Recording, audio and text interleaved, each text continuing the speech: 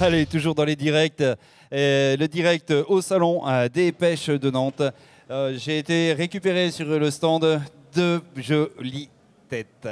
Cédro et Seb, des garçons qui sont de la société, qui vous représentez la société Marocu Ecogear.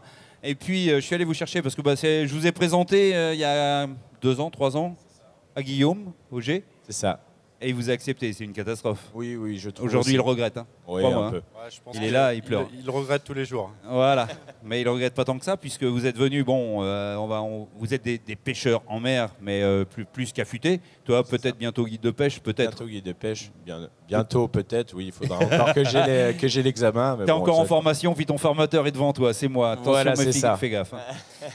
Donc, là, vous êtes venu avec un shad. Tout le monde parle de shad, mais du coup, celui-ci, c'est un peu votre bébé, puisque c'est vous qui avez décliné progressivement ce produit. Vous l'avez conçu? Tout à fait. On l'a conçu, on a aidé à la conception.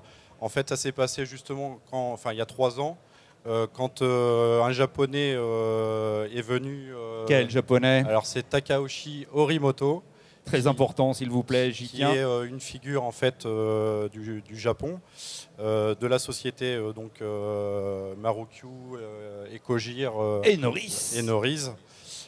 Du coup, en fait, il est venu en France pour étudier un petit peu comment réagissaient les carnassiers marins et éventuellement aussi eau douce, parce que en fait, ce shad a été développé aussi pour les carnassiers d'eau douce. Du coup, en fait, il a cherché un leurre qui réagirait vraiment sur tous ces carnassiers-là. Exactement. Alors, vous avez décliné ce shad qui s'appelle le Balt. Le Balt.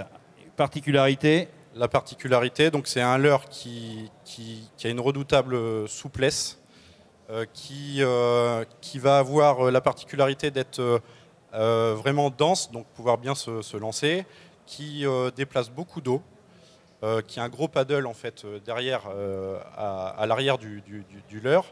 La particularité aussi d'être pré-fendu sur le dessous et le dessus du leurre de façon à pouvoir le monter aisément en texan. Qu'est-ce que je vais chercher comme poisson avec ce type de leurre?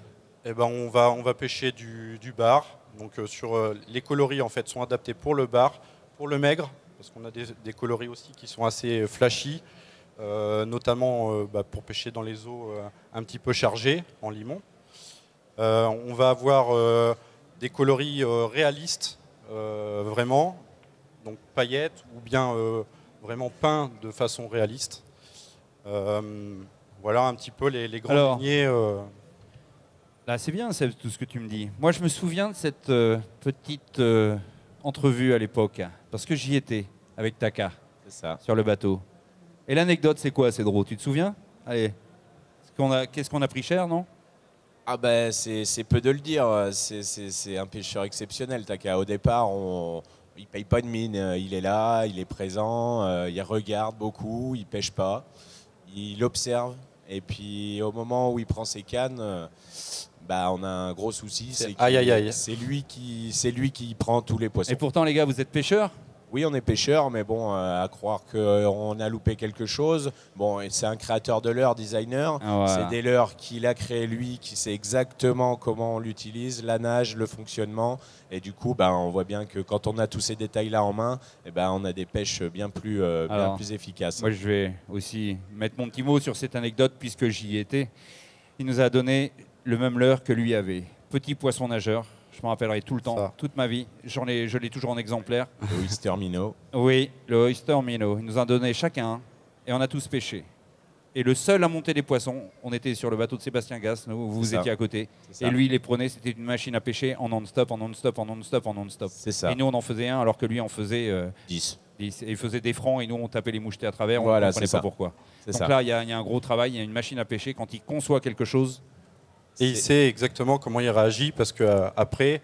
En l'étudiant, en regardant vraiment le geste, l'animation, etc., on arrivait, mesurément, mais on arrivait à reproduire un petit peu derrière. Alors vous avez aidé à la conception, et puis moi, ce que je vais faire, tu vois, là du coup, Taka, je le connais aussi, je sais qu'il est énormément sur les réseaux sociaux, il suit tout ça. Vous savez quoi? On lui fait bonjour Taka. Salut Taka. Salut Taka. Bye bye. Ça lui fera plaisir. Je crois que oui, moi. Allez, Et bien messieurs, on vous retrouve sur le stand EcoGear Pesca nautique. Pesca Nautique. Pesca nautique, qui est présidé par Monsieur Guillaume Guillaume Auger. Auger qui est là, qui n'a pas voulu monter parce qu'il a dit qu'il était très fatigué. Voilà, mais c'est tu as des ça. bons gars qui te remplacent bien. Oh. Tu pourras leur dire merci. Un petit message sur le leurre quand même. On a parlé du bar et du maigre. Ouais. Mais bon, on va très bien pouvoir l'utiliser sur les épaves pour pêcher le lieu. On l'oublie toujours. Tiens, comme par hasard. Ouais, comme par hasard, ouais. C'est pas ta pêche, ça, le lieu, toi. Non, non, non, c'est pas ma pêche. Ouais, ouais. J'y vais très rarement, moi. Tu m'étonnes. Alors, ces gars officient sur, on peut dire où, hein. Ah, on officie sur la Charente-Maritime, sur le secteur de Royan. Voilà, autour de Royan. Voilà. Parfait, merci. Merci à toi. Fred. Merci, salut les gars.